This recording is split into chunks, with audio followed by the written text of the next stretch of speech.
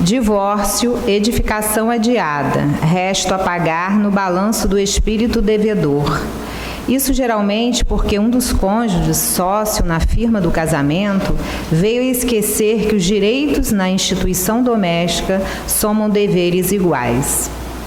A doutrina espírita elucida claramente o problema do lar, definindo responsabilidades e entremostrando os remanescentes do trabalho a fazer, segundo os compromissos anteriores em que marido e mulher assinaram o contrato de serviço antes da reencarnação. Dois espíritos sob o aguilhão do remorso ou tangidos pelas exigências da evolução, ambos, portanto, necessidades e débitos, combinam encontro ou reencontro no matrimônio, convencidos de que união esponsalícia é, sobretudo, programa de obrigações regenerativas. Reincorporados, porém, na veste física, se deixam embair pelas ilusões de antigos preconceitos da convenção social humana ou pelas hipnoses do desejo e passam ao território da responsabilidade matrimonial, quais sonâmbulos sorridentes, acreditando em felicidade de fantasia como as crianças admitem a solidez dos pequeninos castelos de papelão. Surgem, no entanto, as realidades que sacodem a consciência. Sogro e sogra, cunhados e tutores consanguíneos, são também sócios comanditários, cobrando os juros do capital afetivo que emprestaram, e os filhos vão aparecendo na feição de interessados no ajuste, reclamando cotas de sacrifício. Descobrem, por fim, que amar não é apenas fantasiar, mas, acima de tudo, construir. E construir pede não somente plano e esperança, mas também suor e, por vezes, aflição e lágrimas. Auxiliemos na terra a compreensão do casamento como sendo um consórcio de realizações e concessões mútuas, cuja falência é preciso evitar. Compreendamos os irmãos que não puderam evitar o divórcio, porquanto ignoramos qual seria a nossa conduta em lugar deles, nos obstáculos e sofrimentos com que foram defrontados, mas interpretemos o matrimônio por sociedade venerável de interesses da alma perante Deus. Uma mensagem de André Luiz, do livro Sol nas Almas, psicografia Valdo Vieira. Então vamos nos harmonizar e nos preparar para fazer a nossa prece. Amado Mestre Jesus, Deus nosso Pai, de infinita bondade e misericórdia, estamos aqui, Senhor, mais uma vez reunidos para estudar a Tua doutrina, essa doutrina tão consoladora. Que o Senhor possa abençoar a todos aqui presentes nos dois planos da vida e que possamos estar receptivos ao estudo dessa tarde, pelo qual Maurício irá explanar sobre o casamento. Abençoa, Senhor, e fique sempre em nossos corações, hoje, agora e sempre, que assim seja.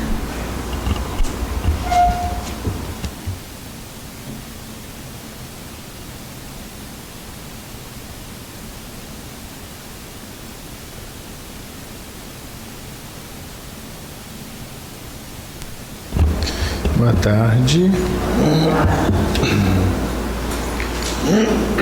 Na verdade, nossa reflexão de hoje, continuando, o capítulo das leis morais, o casamento, celibato e poligamia, a partir da questão 695 do Livro dos Espíritos. Casamento que causa tanta alegria, ao mesmo tempo tanta preocupação em muitas pessoas, Ao mesmo tempo, as pessoas são ansiosas para casar e, ao mesmo tempo, as pessoas ficam ansiosas para se liberarem dos compromissos. Uma confusão muito grande que nós, espíritos, na condição evolutiva em que ainda nos encontramos, nas experiências que estamos na Terra, não sabemos muito bem como é que as coisas funcionam, né?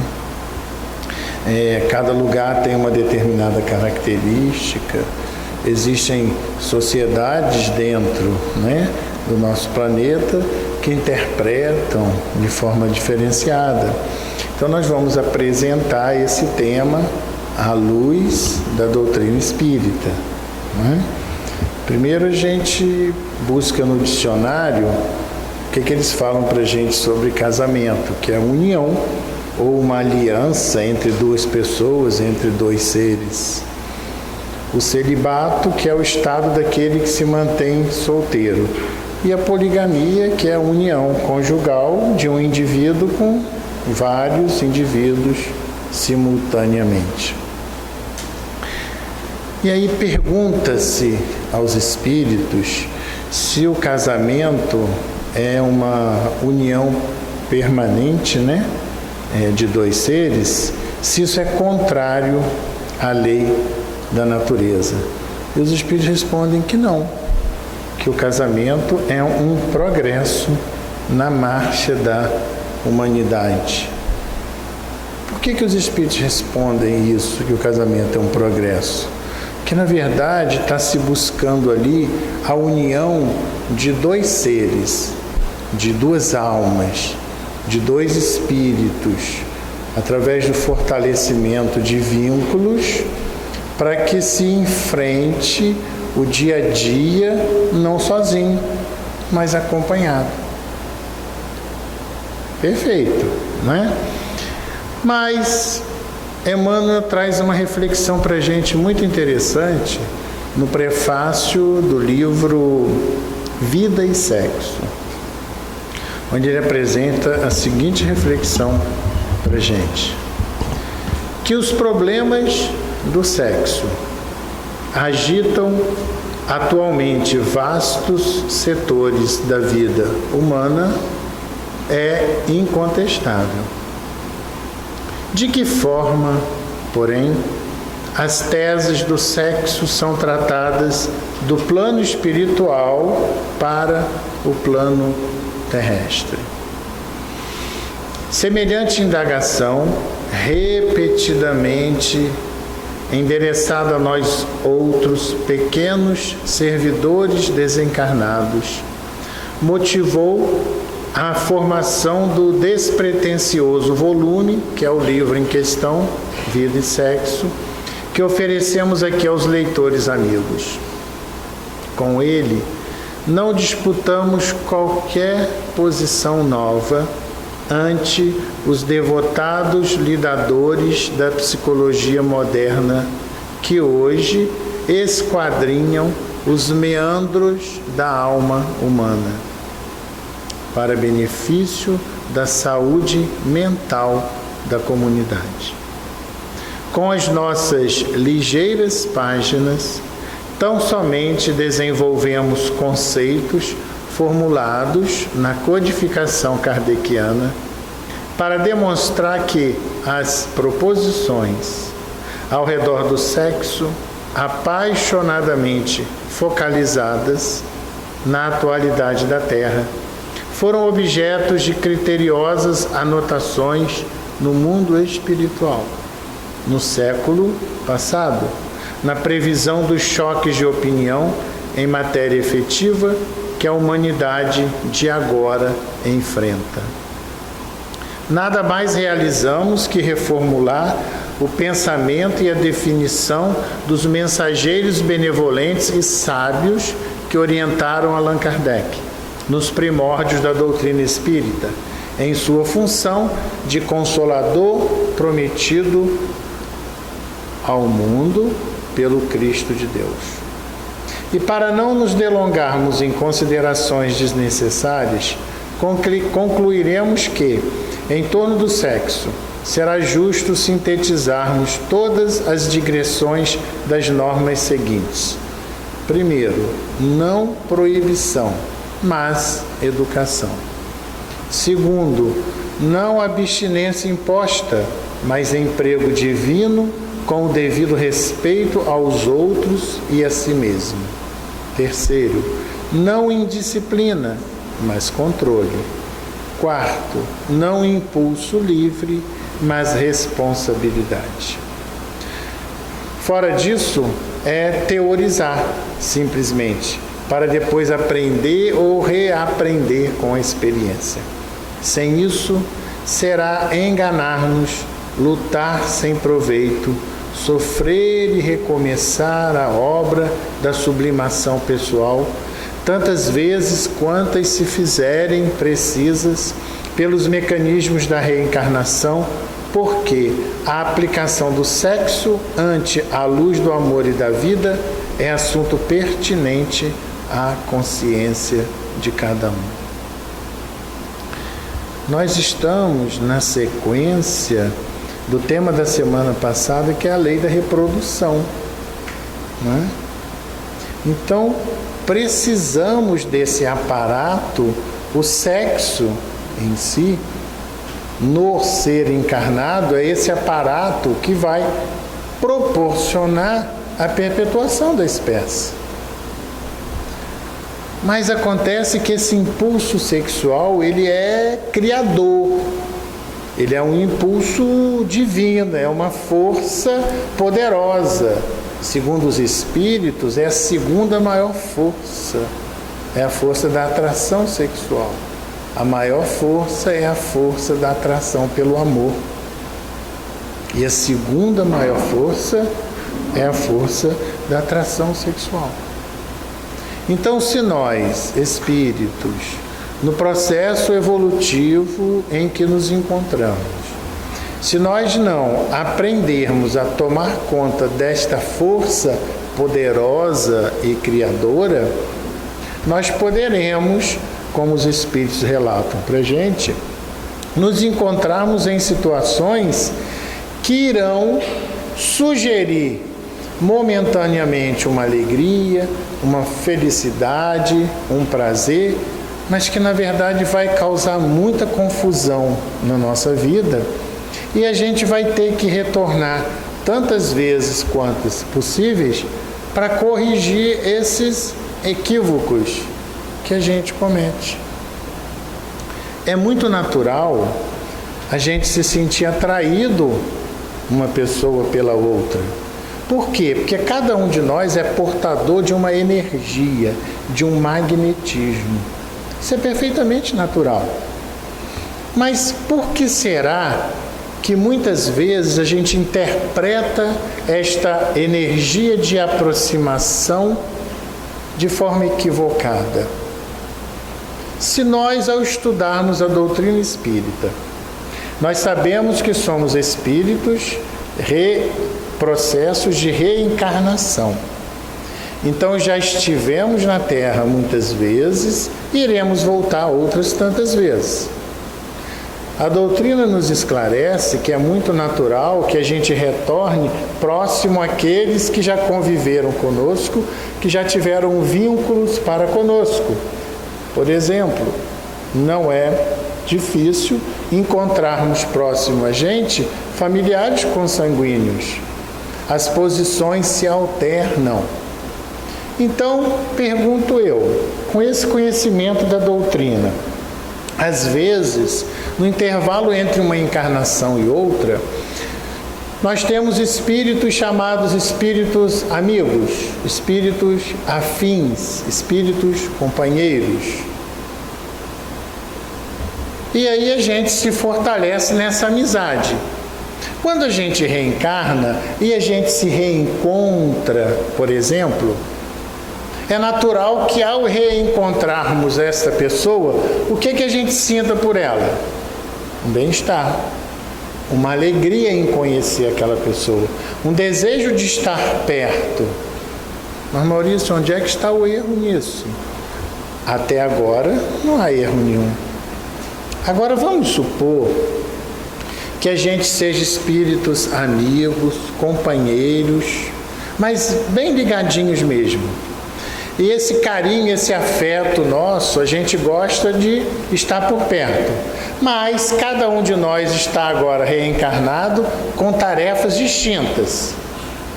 Então, cada um de nós agora constituiu uma outra família para dar prosseguimento à nossa trajetória evolutiva. E aí a gente vê um rapaz casado e uma moça casada, cada um no seu núcleo de familiar que foi construído nessa encarnação. Esses dois jovens se reencontram pelas, entre aspas, casualidades da vida. Passam a trabalhar junto, passam a morar perto, ou um familiar que acaba aproximando. Aí quando esses dois se reencontram, que nesta encarnação não tem nenhuma ligação, mas que são espíritos amigos, um quando olha para o outro fala assim: meu Deus, que alegria estar perto dessa pessoa. E isso é recíproco, é mútuo. Vamos supor que os dois estejam enfrentando uma dificuldade em seus lares, nos seus casamentos. Coisa mais do que normal, né? Nós vamos ver aqui os 5 tipos de casamentos que nós encontramos na Terra. Aí o que é que pode passar pela cabeça desses dois? Se eu tivesse esperado mais um pouquinho, esse é o parceiro que eu queria para mim. Essa é a parceira que eu queria para mim. Isso não pode passar pela cabeça dos dois? Pode. Mas se fosse só isso, estava bom. Não é? Porque essa ideia, ela parece que acordar e dormir com essas pessoas. Aí chega uma hora que os problemas no lar de cada um estão lá difíceis e que a alegria dos dois estarem juntos é tão grande que eles podem fazer o quê? Confundir tudo e ali se consorciarem, desrespeitando os compromissos assumidos com os seus parceiros, achando que o amor da sua vida está ali. Pode até ser, mas se nesse momento o compromisso dos dois é outro, o que a responsabilidade deveria fazê-los pensar? Bom, hoje fulano é meu amigo, hoje cicrana é minha amiga. Diferente se, olha só a situação, se porventura lá na frente eles se reencontrassem e cada um, por não terem conseguido organizarem-se com seus parceiros, já tiverem cada um liberado dos seus compromissos.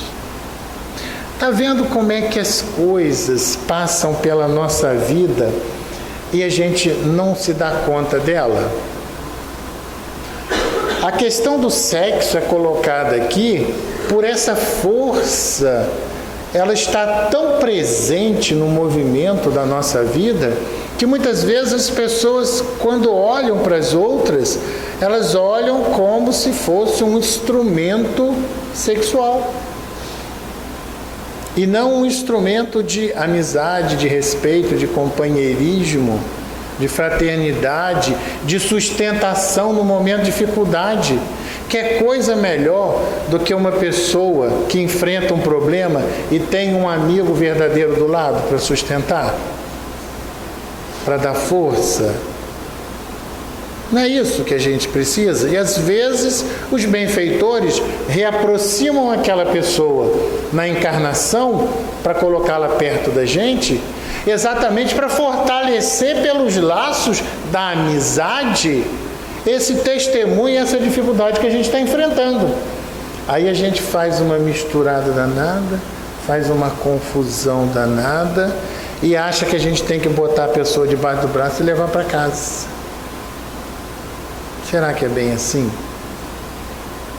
Não é bem assim. E aí é o que eles convidam a gente a pensar. A doutrina, ela esclarece e deixa cada um de nós livre para tomar a sua posição. Mas, ao mesmo tempo, eles lembram assim para a gente: olha, se as coisas não ficarem resolvidas direitinho, teremos que retornar para dar contas desse compromisso que não foi encerrado ainda. Aí a gente lembra da história daquela companheira que está na literatura espírita, que teve um casamento muito difícil, mas que ela aturou ali aquele marido difícil, com ódio mortal, mas aturou. Depois que ela desencarna, ela achando que estava livre, faceira, é recebida no plano espiritual, aí vira para os mentores e fala assim: graças a Deus me livrei daquilo. Agora para onde que eu vou? Ela estava pensando que ela ia, né? Descansar para um lugar muito maravilhoso aos benfeitores. Já estamos te encaminhando de volta. Para onde? De volta para a Terra. Fazer o quê? Você vai voltar. E fulano também vai voltar. E você vai casar com ele de novo. Ah, não. Tudo de novo, não. Aí você, não. Mas eu fiquei com ele até o último minuto. Pois é. Mas você não foi para a Terra para aturar ele. Você estava convivendo com ele para aprender a amá-lo. Você cultivou um ódio o tempo inteiro e agora você chega aqui querendo o prêmio da vitória. Você vai ter que voltar e estar com ele. Já imaginou a cena acontecendo com a gente? Ninguém vai querer, não é? Mas não tem querer.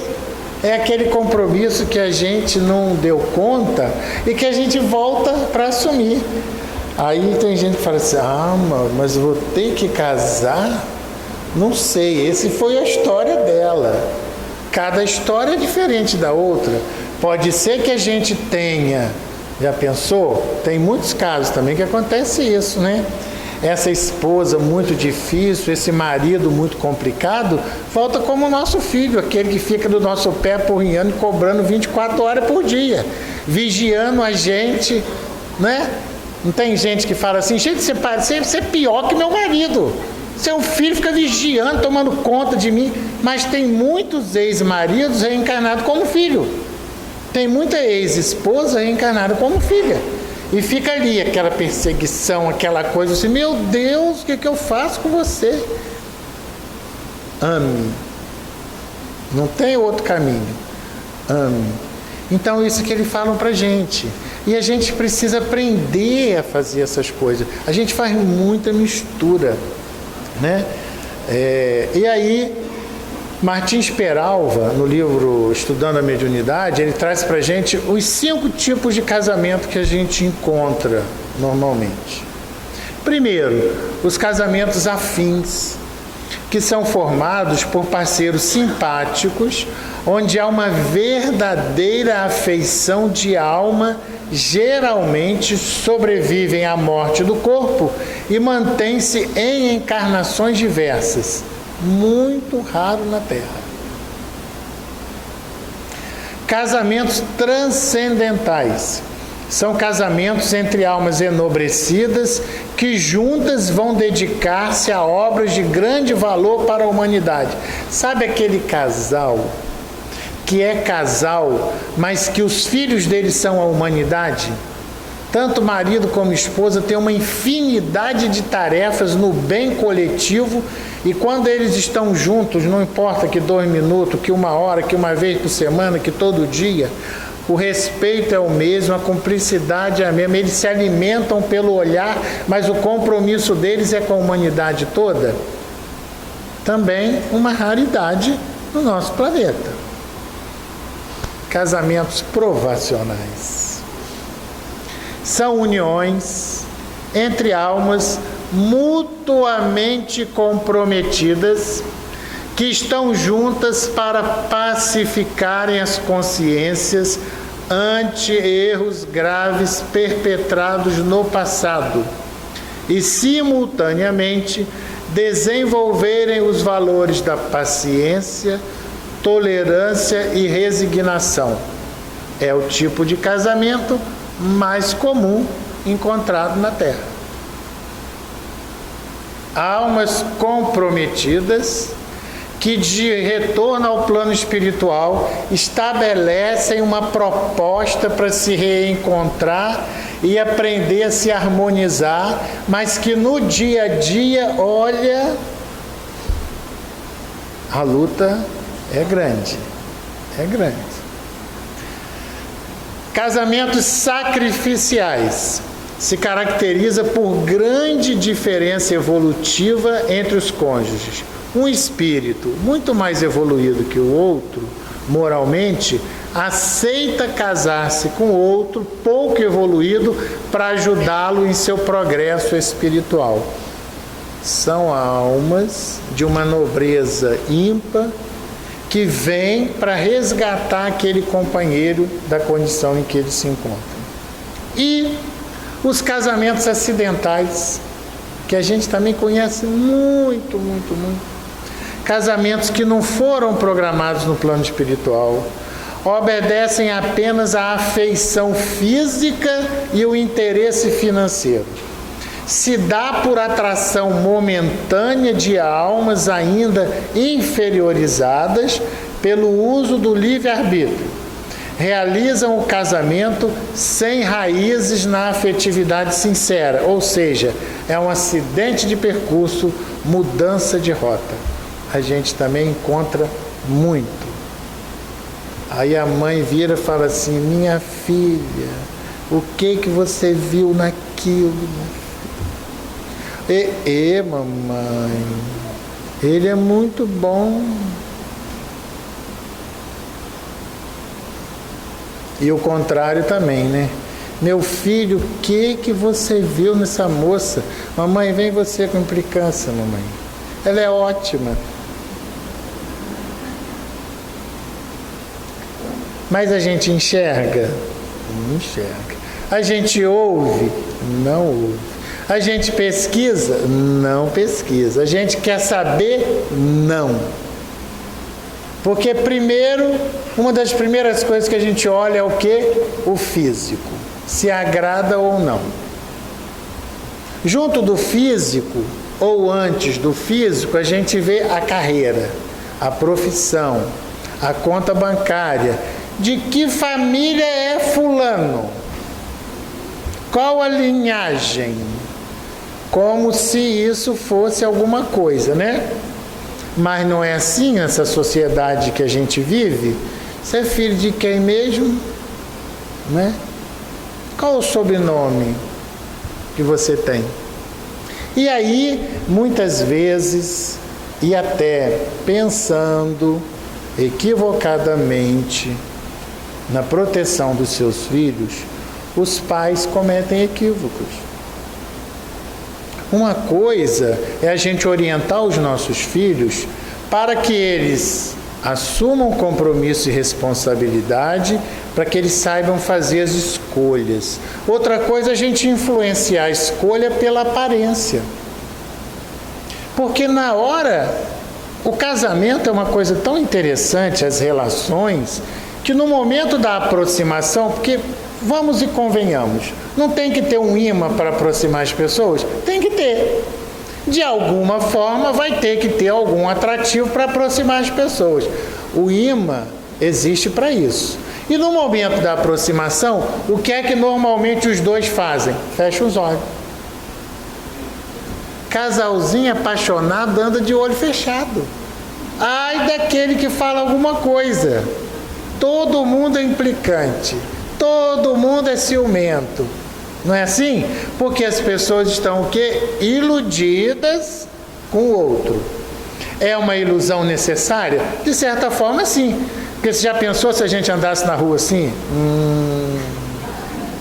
Fulano não. Beltrano, de jeito nenhum. A gente ia arrumar defeito em todo mundo, porque todo mundo tem defeito, nós também temos. Então não ia ter, ninguém ia conseguir estar com ninguém. Passado esse momento de euforia, né? Aí começa cada um a dar sinal de quem é, porque a gente não esconde do outro quem a gente é o tempo inteiro. Mas aquele que ficar com o olho fechado vai perceber o sinal? Não vai. ou então vai dar uma outra classificação por sinal. Tem até uma historinha de uma pessoa que foi procurar um líder religioso porque achou um rapaz muito bonito e gostou muito do rapaz e que estava pensando em casar com o rapaz. Aí a pessoa falou assim, mas conta mais um pouquinho dele. Não, ele é maravilhoso. Maravilhoso, uma pessoa. Ele só tem um problema. Qual o problema dele? Ele bate na mãe dele. O senhor acha que eu devo casar com ele? O líder religioso, urgentemente. Mas como assim eu devo casar com ele? Só assim a mãe dele vai parar de apanhar, quem vai apanhar agora é você. Você não está vendo que tipo de criatura é essa? Você ainda vem me perguntar se você deve casar com ele? Então, os sinais aparecem. Mas a gente que está envolvido não enxerga, não quer enxergar, faz de conta. Aí, o que vai acontecer? Problema. Depois que junta a escova de dente debaixo do mesmo teto, eu não sei se eu rio ou se eu choro no retrovisor do carro todo dia quando eu estou no trânsito. Porque, olha, o brigueiro dentro do carro dos casais é a coisa mais triste desse mundo. E começa cedo, eu levanto cedo. Imagina esse povo sem dormir, ou acordando cedo, joga um, o outro dentro do carro e começa, a discussão está ali. Eu pelo retrovisor assim, meu Deus do céu. Confusão. Por quê? Porque as pessoas se juntaram sem motivo real. Se você se uniu sem motivo real, qual o motivo que você tem para continuar junto? Nenhum.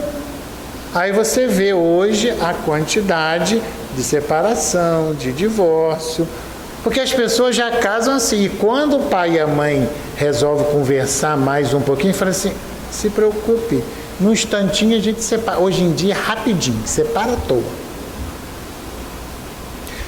Para que casou então?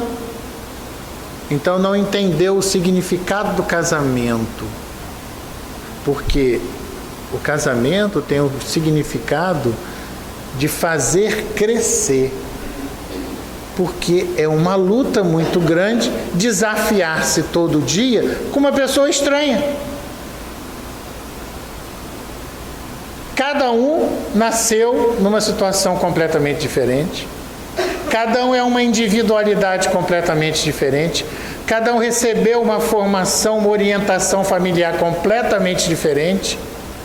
Cada um é único. E como nós estamos numa condição ainda de muita luta e de muito aprendizado, nós ainda somos muito egoístas, muito impulsivo, a gente ainda quer ser muito servido. Por isso que a orientação é, se você quer casar para fazer o outro feliz, pode seguir. Agora, se você está procurando casamento para alguém te fazer feliz, pode desistir.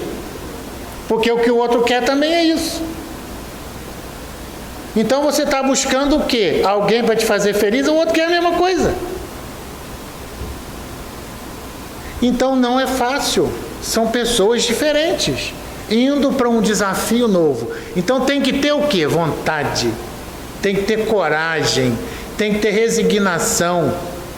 Porque se você for motivar essa relação por algo que não se sustenta, a beleza física acaba.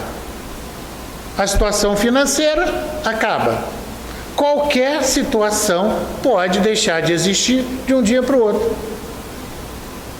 Aí você faz o quê? Descarta, é o que a gente faz, né?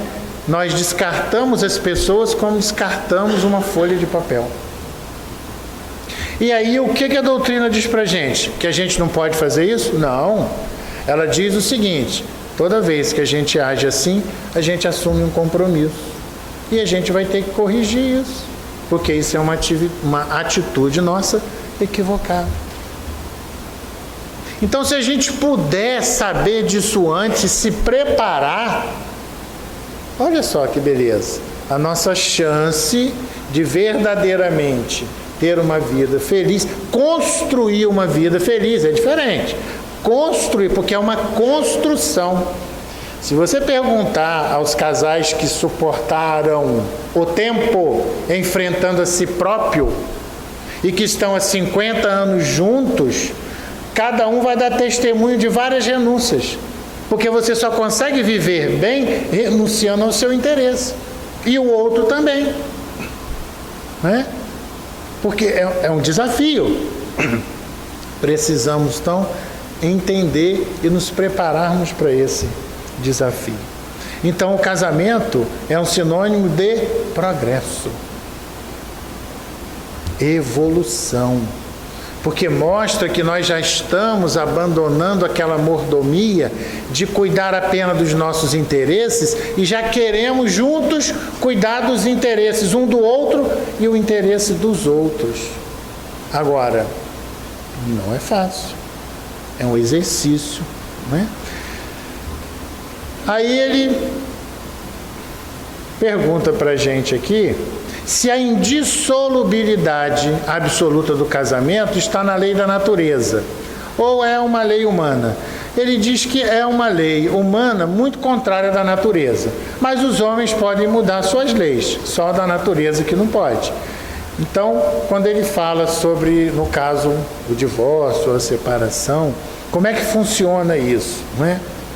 Não tem uma passagem que fala que não separeis o que Deus juntou?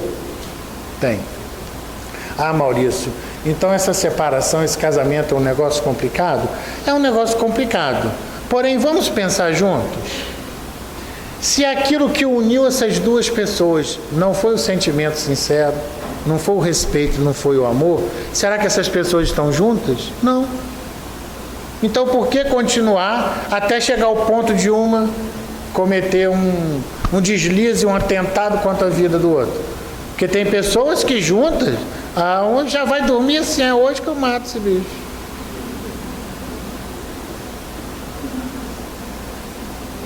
Né? Então, se é de chegar nesse ponto, de se comprometer mais ainda com a lei, é melhor alforriar-se e alforriar o outro. E aí, pelo amor de Deus, aprender com a lição. Porque o que eu mais vejo também é assim, não. No próximo eu acerto. Parece que é tirar o alvo, né? Quer dizer, essa vítima com essa vítima que eu não consegui, mas no próximo, esse... Eu tenho uns amigos aí que estão pagando umas 4 pensões. E estão tentando até acertar. Não estamos falando aqui, em hipótese alguma, que as pessoas não têm direito de reorganizar a sua vida. Agora, se você teve uma união que não deu certo, se você não se reorganizar, a próxima também, a chance de dar errado é muito grande. Porque o que a gente precisa entender é que a falha existe com todos nós. Então, aquele que por acaso passou por uma separação, passou por um divórcio, ele precisa se reestruturar para que no próximo compromisso, se é isso que ele quer, ele vá diferente. Porque se ele for com a mesma estrutura arcaica que ele foi para o primeiro, a chance de dar errado é muito grande também. Porque ainda existe uma mania nossa de transferir responsabilidade para os outros.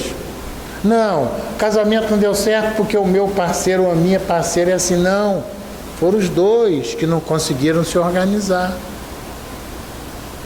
Será que você está preparado emocionalmente para enfrentar uma outra relação nesse momento?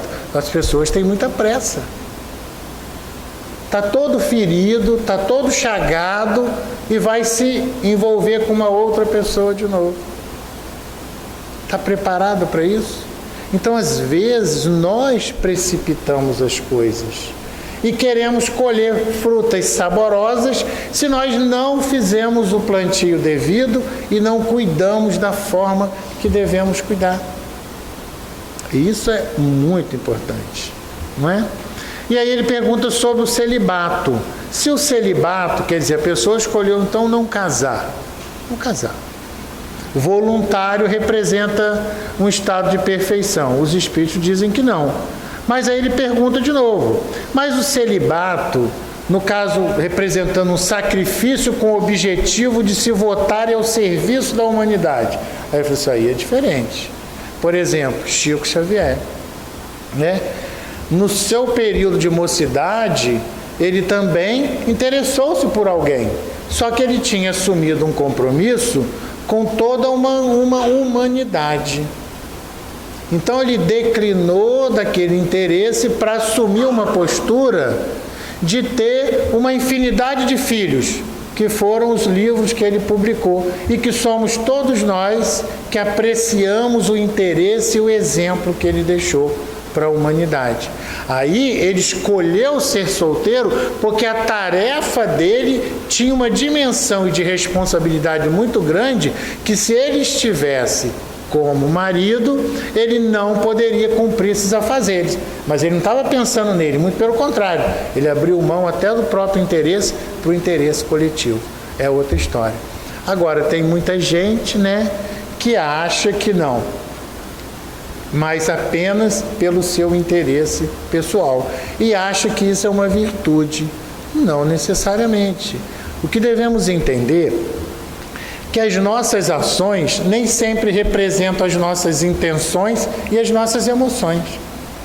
E nós somos muito analisados por aquilo que nós sentimos, por aquilo que nós desejamos, não necessariamente por aquilo que fazemos. Porque tem muita coisa que a gente não faz e queria fazer, e somos responsáveis por ela, porque às vezes a gente movimenta terceiros para fazer aquilo que a gente não tem coragem para fazer.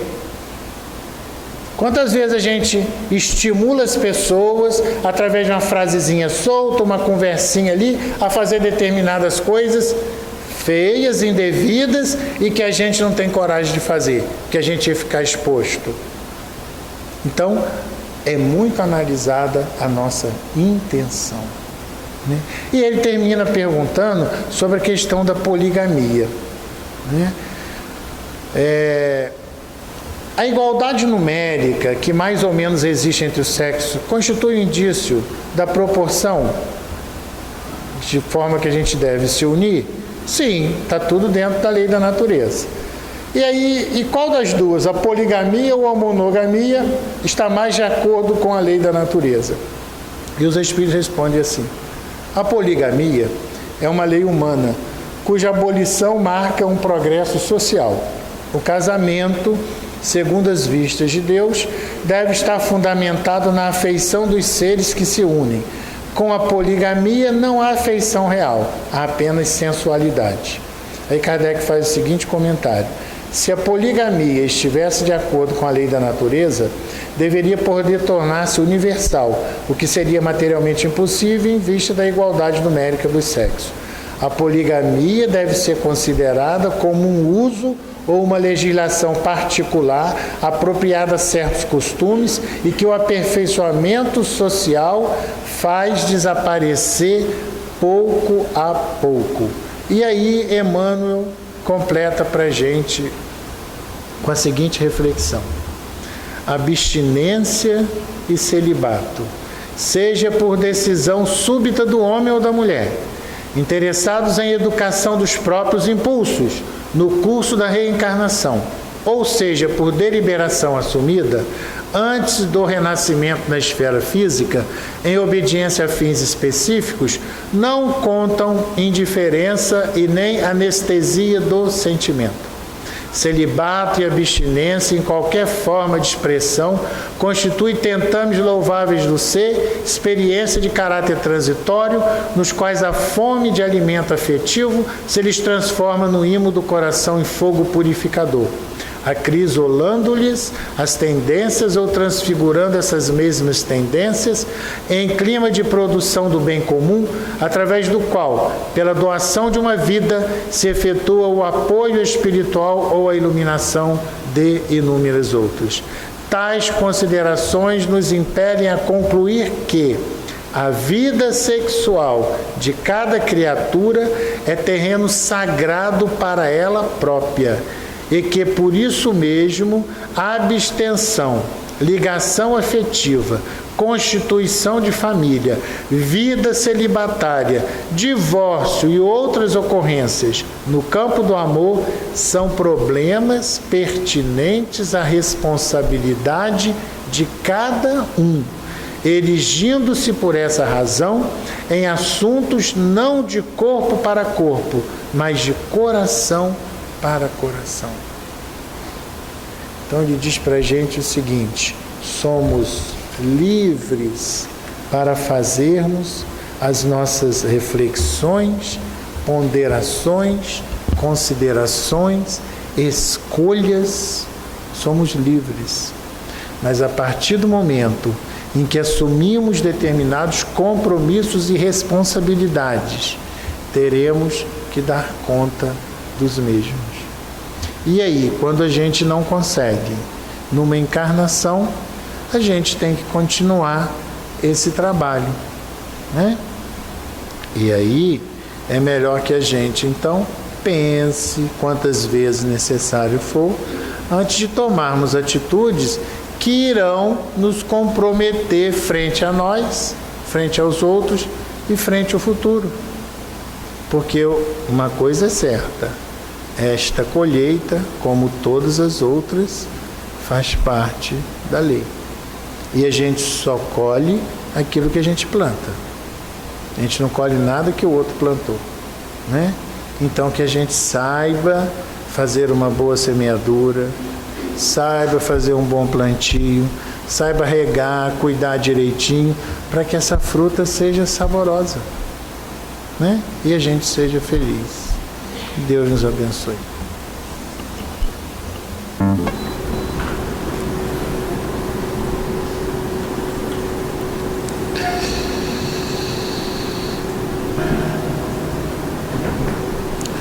Em mais uma oportunidade,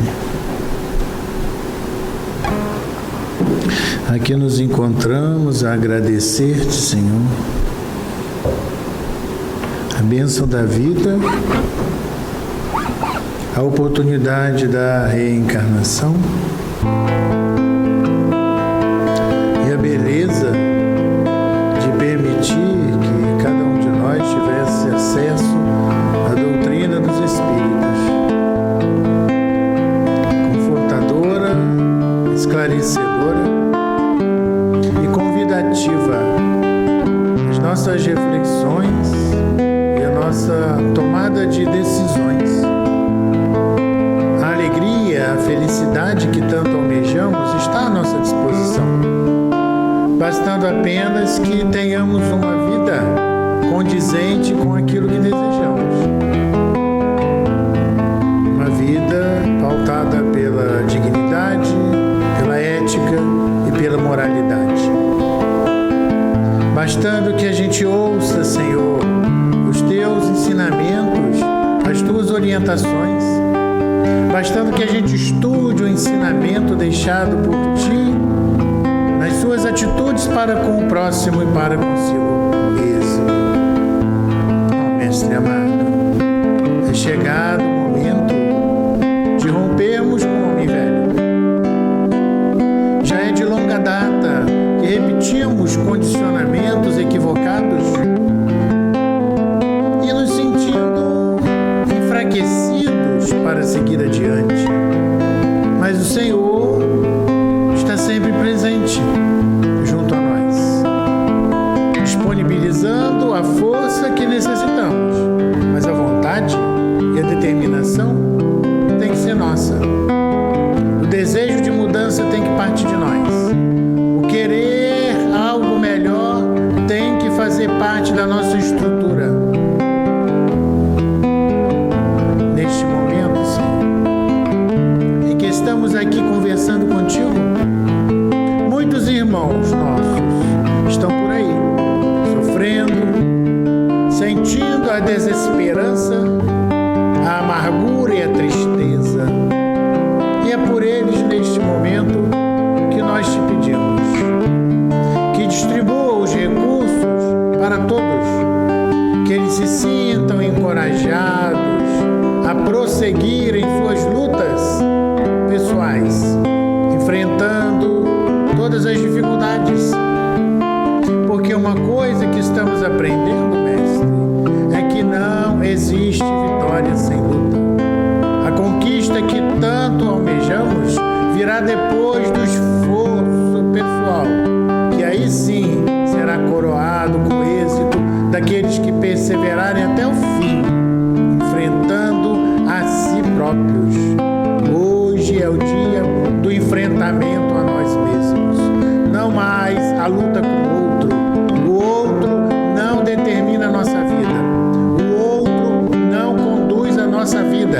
Somos nós, individualidade, que temos o poder de decidir o que queremos, de romper as amarras com o erro, com a desculpa, com o pessimismo, com a preguiça. Somos nós os responsáveis pela situação em que nos encontramos.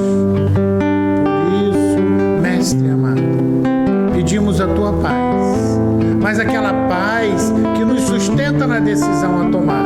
Não aquela paz, aquela calmaria, aquela vida morna. Não, a paz daquele que se estrutura para tomar a decisão.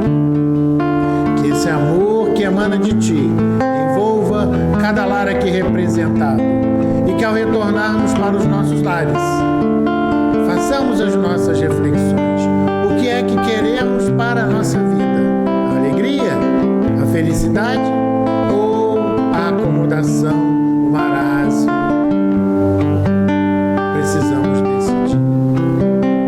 Que a paz que nos envolve a todos nesta hora permaneça conosco hoje e sempre, que assim seja.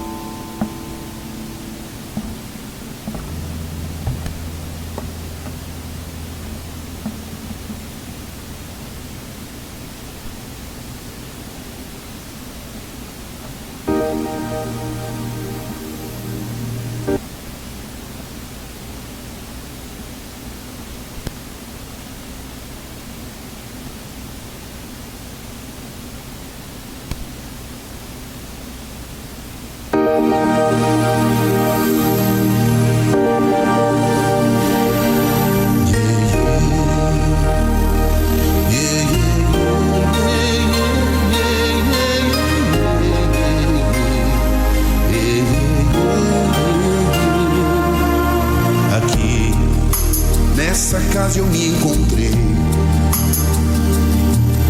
Entrei e aqui dentro vi saída. Sim, foi nessa casa de amor que as benesses do labor cicatrizaram minhas feridas.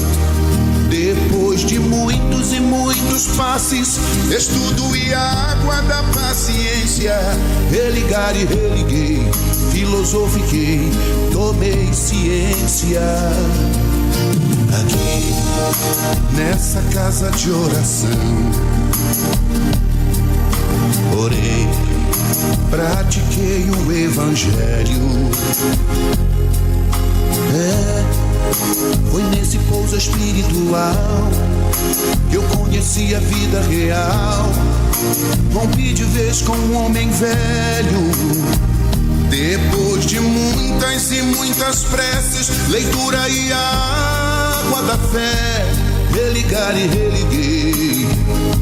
A casa quando é santa é posto de emergência, hospital de almas, dissipando dores,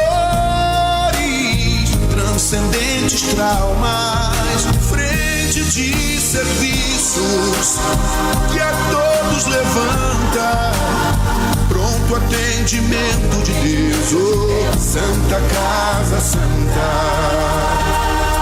Eu fiz amigos do peito, pessoas com quem posso contar.